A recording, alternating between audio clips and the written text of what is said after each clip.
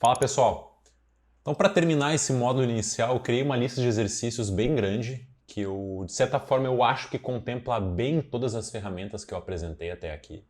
E como vocês devem ter percebido, a gente teve aí até agora 1, 2 horas mais ou menos de aula, onde eu apresentei todas as ferramentas do Pandas. Talvez vocês já tenham conseguido imaginar um pouco como aquilo poderia ser útil na vida enquanto cientista de dados. Mas a grande verdade é que dominar o Pandas, assim como dominar a programação, exige muita prática. Muita e muita e muita prática.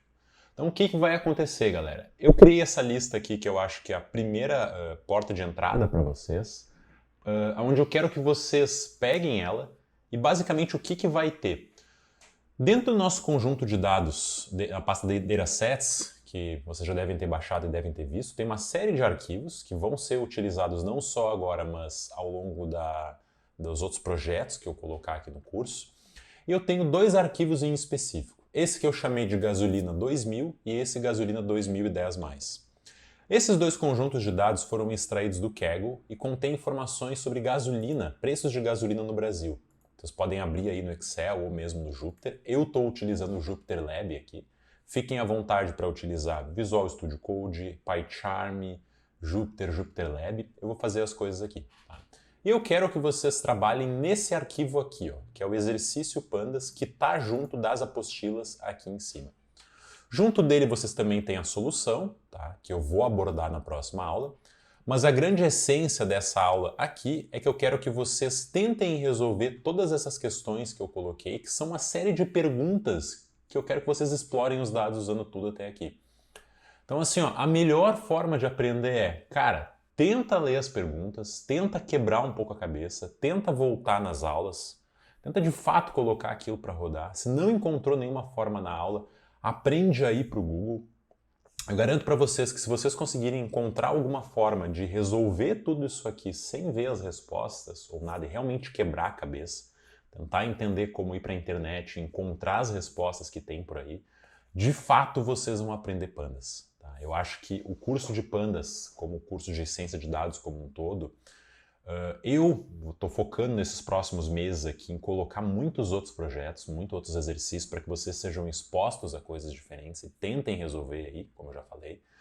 E vocês vão perceber que algumas aulas que vão ter no decorrer desse curso aqui, elas são um pouquinho mais antigas, que eu gravei ela 2 anos atrás e aos pouquinhos a gente vem atualizando.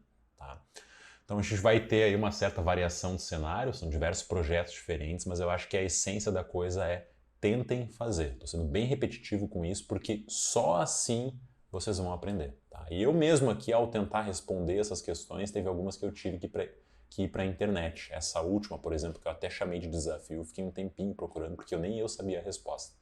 Tá? E como eu comentei anteriormente, a melhor forma de aprender ciência de dados é a gente pegar algum conjunto e tentar colocar primeiro perguntas sobre ele e depois tentar encontrar as respostas.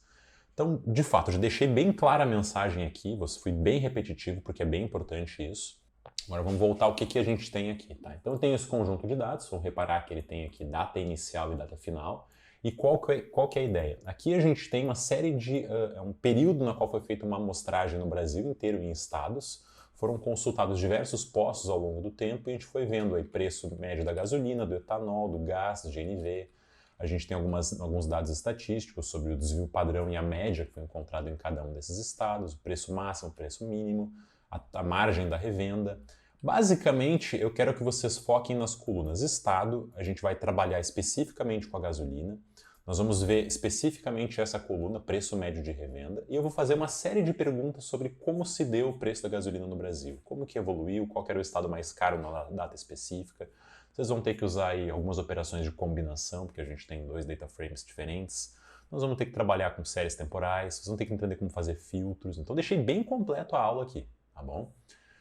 Se vocês não tiverem a fim de tentar resolver isso de fato, quiserem ir para a resposta, na aula seguinte eu vou mostrar para vocês a forma que eu fiz. Não é a única, existem muitas outras, tá? Mas é o jeito que eu acho que, como eu tenho um pouco mais de experiência, talvez seja um pouco mais simples do que a solução que vocês tentarem de primeira, tá bom? Deixo aqui essa mensagem ela vale não só para esse curso, mas para todos os outros cursos.